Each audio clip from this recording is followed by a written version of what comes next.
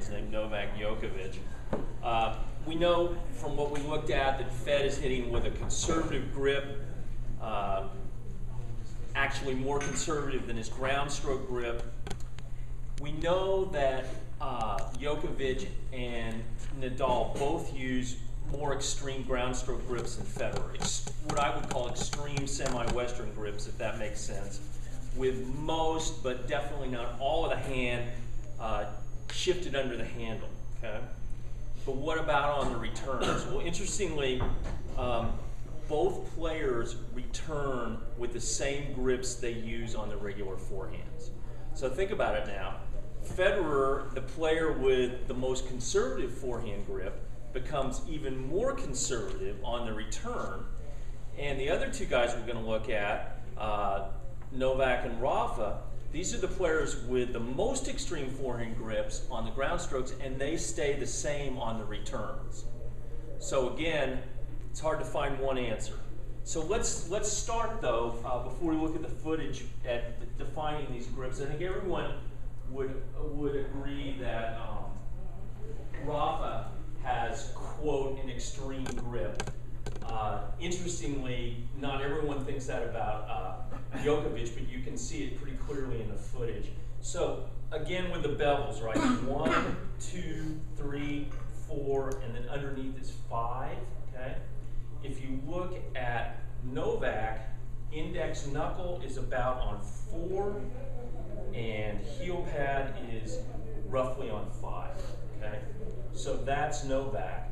If you look at Rafa, this knuckle is maybe on the edge between 3 and 4, but the heel pad's down even lower. So is that really a different grip? It's probably almost exactly the same, but very different swing patterns. Again, you know, you wouldn't necessarily think until you looked at his hands that Novak had that extreme grip, but he does, okay?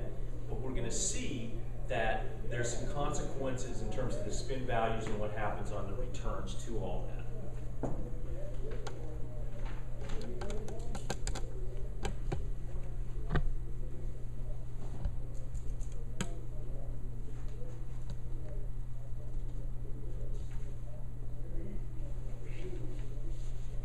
Okay, so look, one major difference you're going to see is the grips in the ready position, okay? And again, if you just look at the ready position grip, that can be deceiving.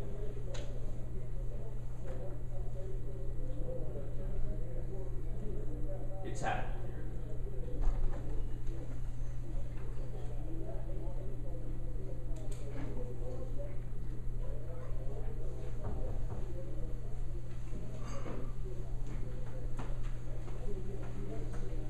Or not. Yeah.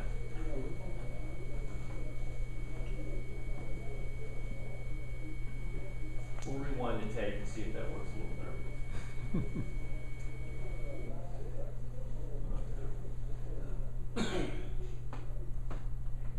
Now I'm hoping to see.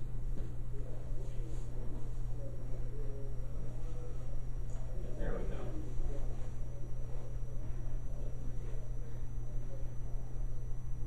Go all the way back one. Yeah, okay. So we could get a good look at the grips here.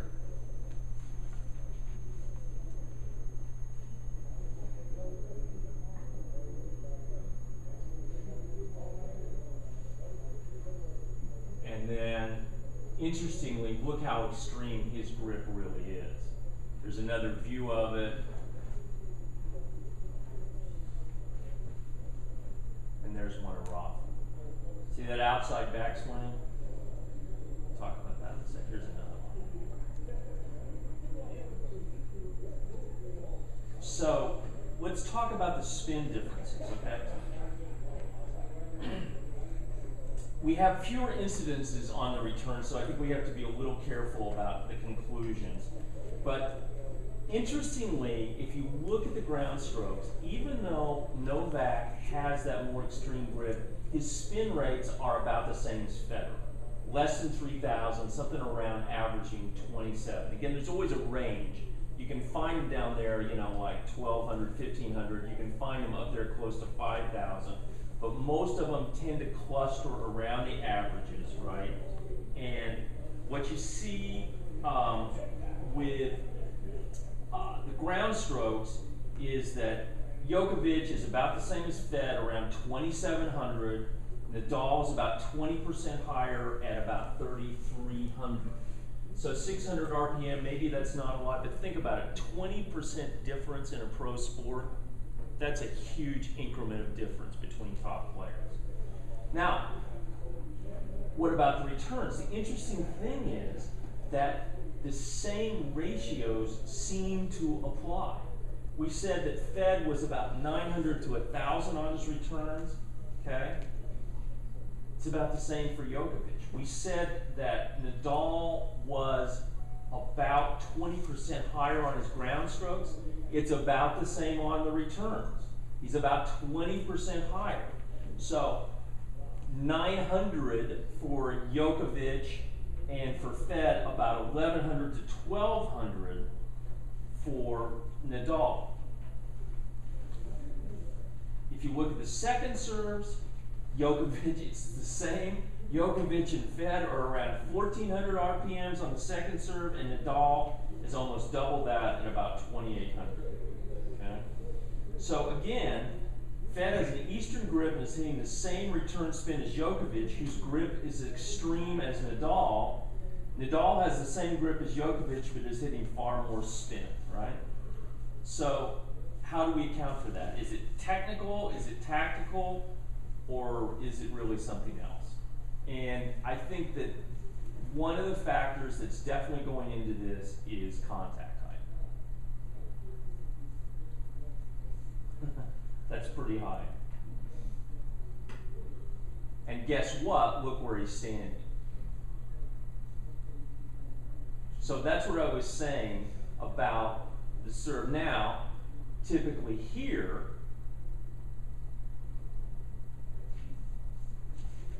you see, you know, and they all will do everything on occasion, but you see typically that Djokovic is making contact at lower heights. And that's true on his ground strokes. If you just eyeball the arcs, his ground stroke arcs are a lot closer to Federer's than Nadal's. And so even though he's got the more extreme grip, he is hitting the ball with less spin and on flatter arcs. So let's look now.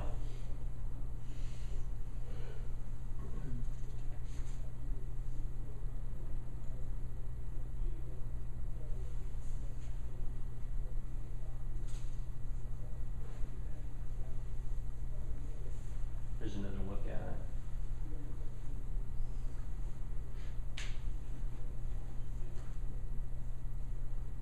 There's the split. Look at the difference in the split, okay? This is more like what you see on the ground strokes. And why? Because he's standing further back, he has more time. Look at his outside foot, right? It's here. This foot has already started to turn.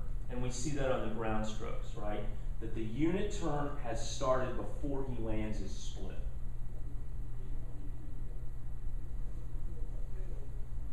There's a high contact point. Go. Lower, right? Closer in. Okay, so there's the split again. There's the turn. There's the whole thing, right?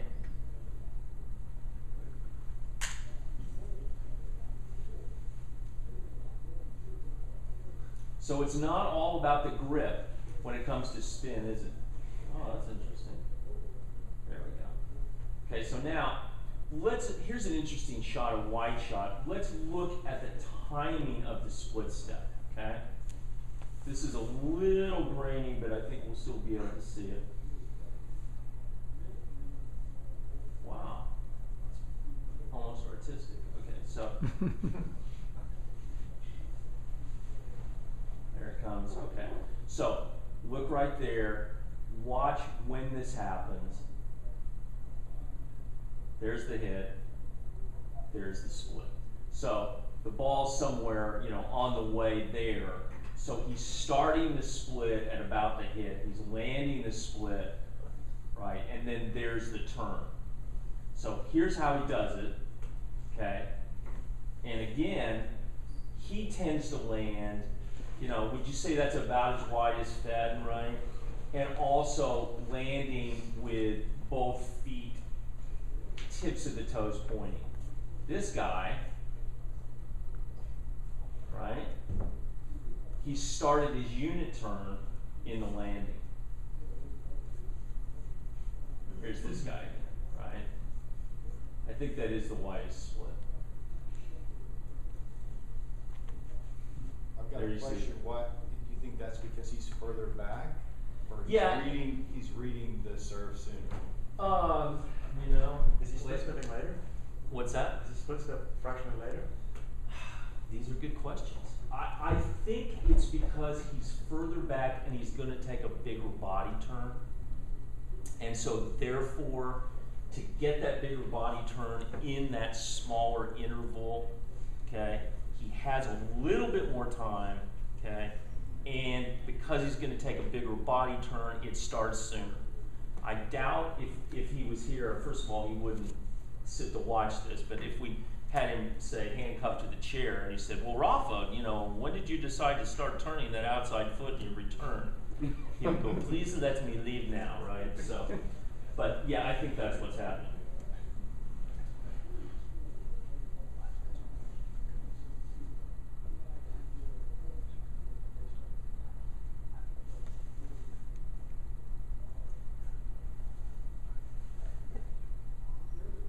Okay, so now let's look at the turns there.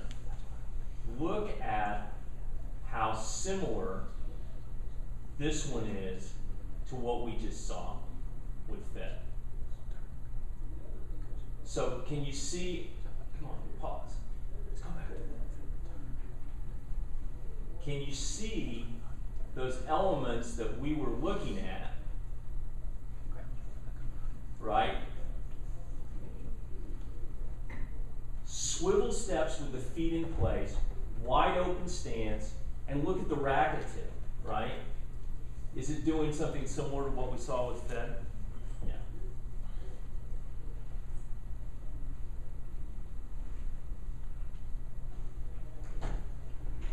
Now, you will see this guy do something similar, but not all the time. So there you go. There you saw the flip. And we'll watch Nadal do it in a second here, but watch this flip. Right, here it comes. Now watch. You see that flip move, that same thing we saw with Fed? And you will see him do it too. Okay? Look at this right here.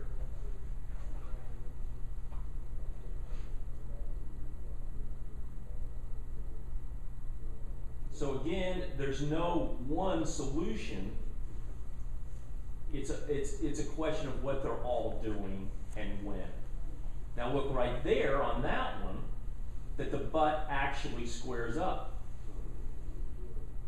So it's not all the time, and he will tend to square it up on more balls than, say, Federer.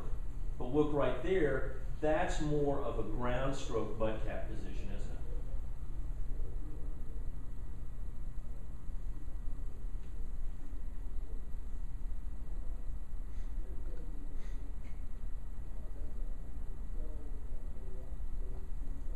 There's the outside move. That one was butt square. Outside move, butt cap squared up. Outside move, not squared up. Would the difference be the double bend versus the straight? I don't think so. You know, I think it's a timing thing and the type of return, because you see Roger square up when he's going to run around and take a big swing, and you see him not, you know, when he's going to do the more compact return, and he's hitting with a straight arm. So you see them both do both? Does the hitting arm structure affect the percentages? Could be.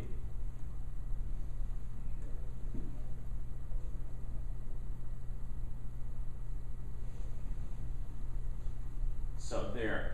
Look at the on-edge finish, right? Here's the other interesting thing. That you see Djokovic on his ground strokes typically will come up over the shoulder. He does everything, right? Probably the highest percentage of them are here, right? Federer on his ground strokes, the highest percentage of them are here. On the return, Federer, the highest percentage is here. Djokovic, it's the wiper. Try to keep all that straight in your notes, huh?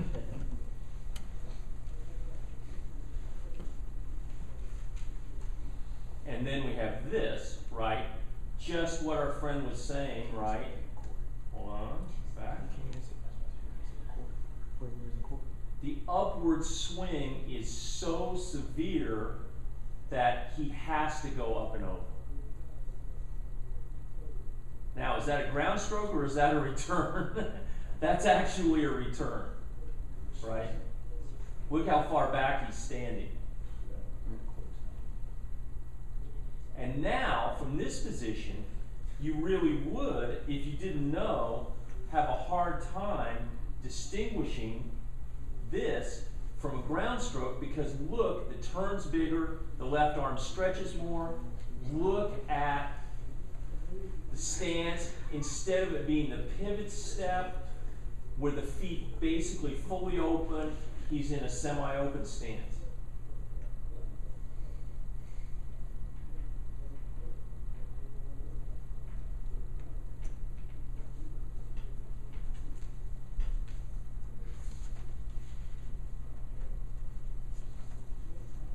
Is he consistently playing closer these days than 10 years ago? I knew someone was going to ask me that question.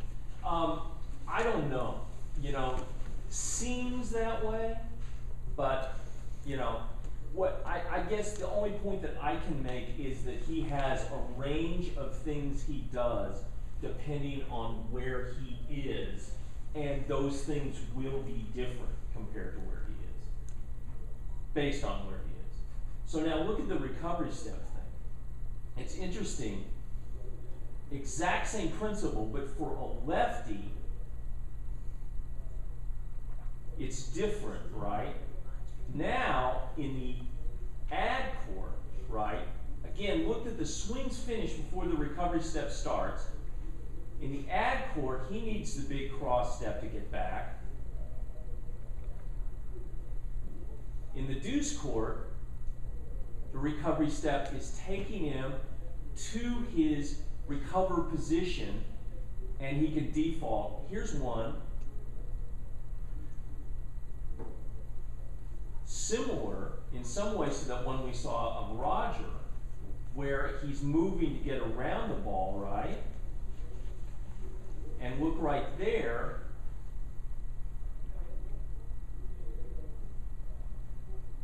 The butt cap squares. We're pretty close anyway. Much more so than on the compact outside return. Here's one where he's in, right? And he's got the dog pat compact backswing, the diagonal step, and then this. So, tell me, what do you guys make from that? What do you make from that? I make from it that it's very hard to make definitive statements, right? It's very hard to say on all the strokes that there's one thing on the return that these guys do. And the challenge for us is to know what the range of things that are possible, you know, given a variety of grip structures, given a variety of personal preferences in terms of timing and placement, and be able to, you know, maybe not say this is the ideal return, but to say, when you hit this as return, these are the things that we look for, okay? So just to summarize, on the more compact turns, right, you're typically going to see pivot steps, okay?